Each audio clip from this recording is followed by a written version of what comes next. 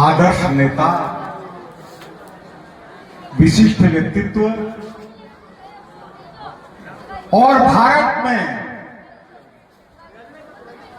हिंदू संस्कृति के नेतृत्व में लगे हुए विप्र फाउंडेशन के राष्ट्रीय संयोजक और संस्थापक श्रीमान सुशील ओझा जी,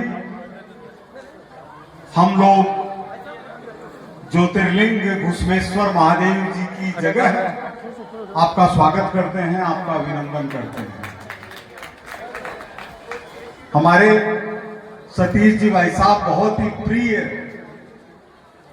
नेता जयपुर के, जो परशुराम ज्ञानपीठ के अंदर पूरा समर्पित होकर कितने इस बार 57 या कितने 87 आरएस का चयन करवाने का काम किया। सतीश जी खड़े होइए, ये सतीश शर्मा जी आगे आइए। हाँ, 87 आरएस का, ये कह रहे सारा योगदान सुशील जी भाई साहब का है। दो सुशील हैं, उनके कारण ही हम लोग उभर रही हैं, तो उनका योगदान है और आपका हाथ है। हाँ। हमारे राष्ट्रीय महामंत्री जी विप्र फाउंडेशन के माननीय श्री प्रेम प्रकाश जी और हमारे तिवारी जी, महेश गुप्ता जी, सिद्धार्थ भट्ट जी, हमारा जो 40 साल पुराना परिवार है, हम लोग साथ ही बैठ करके काम करते रहे, साथ बैठ कर। और हरीश जी भाई साहब कुछ साल बाद आए, उस समय इनका नाम था बाबू हरीश शर्मा पारासर। तो हम लोगों ने कहा इतना मतलब लंबा मत रखिए, बाबू को हटा दीजिए।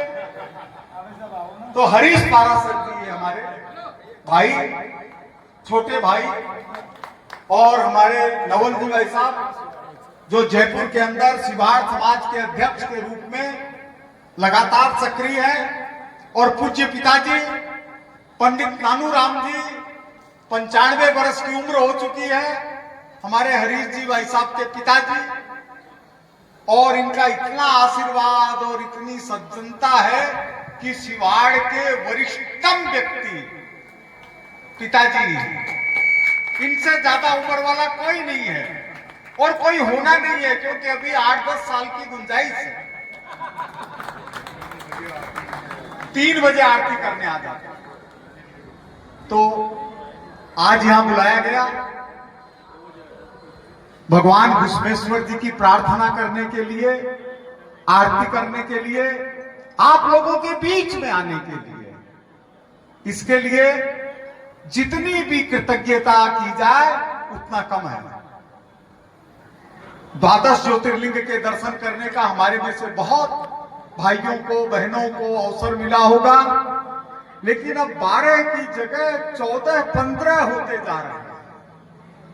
यानी कहीं न कहीं ये है कि हम जिनको ज्योतिर्लिंग मानते हैं वो भी रहे और हमारे भी रहे। तो जैसे वैद्यनाथ धाम जाते हैं देवघर में, और उसके बाद में हम सोचते हैं कि 12 तो हो गए, फिर लगता नहीं परली वाले बैजनाथ जी जब तक नहीं जाएंगे तब तक काम नहीं चलेगा, तो बैजनाथ जी भी जाते हैं।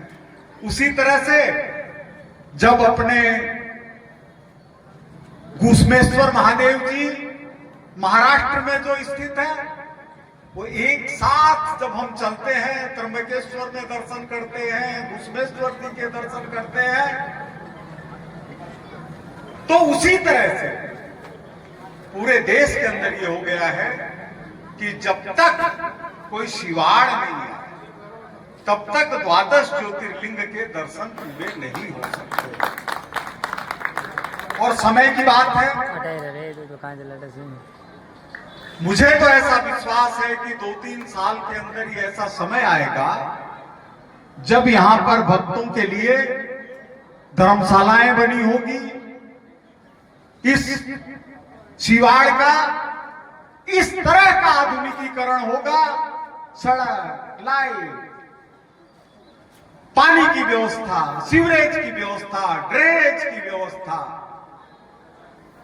तीर्थ तो है ही, लेकिन यह शिवाड़ महातीर्थ के अंदर अपने को दिखाई देगा। बोले शंकर भगवान की जय हो। यहाँ पर कुछ ही हमारे ज्योतिर्लिंग हैं जहां पर आक्रमण साक्षात है। काशी में चले जाइए, हम लोग बचपन में थे तो ये जो ज्ञानवापी बना हुआ है, इसके पीछे कथाएं होती थी।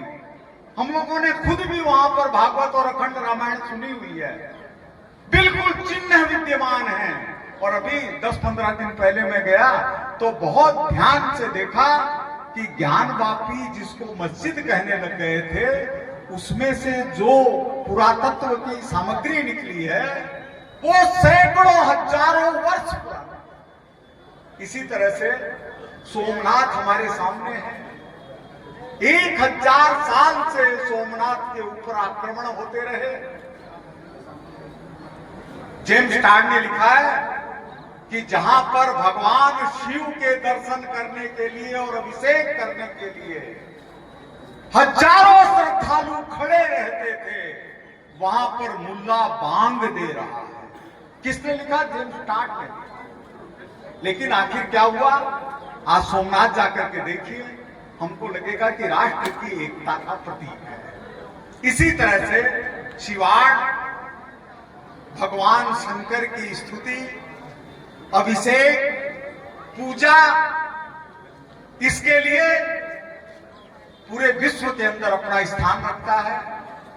हमारे नवल जी और हरीश जी कहते रहते हैं, लेकिन मैं आपसे कह रहा हूं जितने यहां हैं मेरे से ज्यादा ही आप लोग मानते होंगे, लेकिन अपनी आंखों से इस पर्वत श्रेणी को देखिए जहां घुसमेश्वर महादेव जी विराजमान हैं। इस तालाब को देखिए, आसपास के वायुमंडल को देखिए, हमको और आंख बंद करिए, हमको लगेगा हम एक साथ हजारों वर्ष पीछे चले गए। तो हमारा भाग्य होगा कि हम हरीश जी, भाई साहब, नवल जी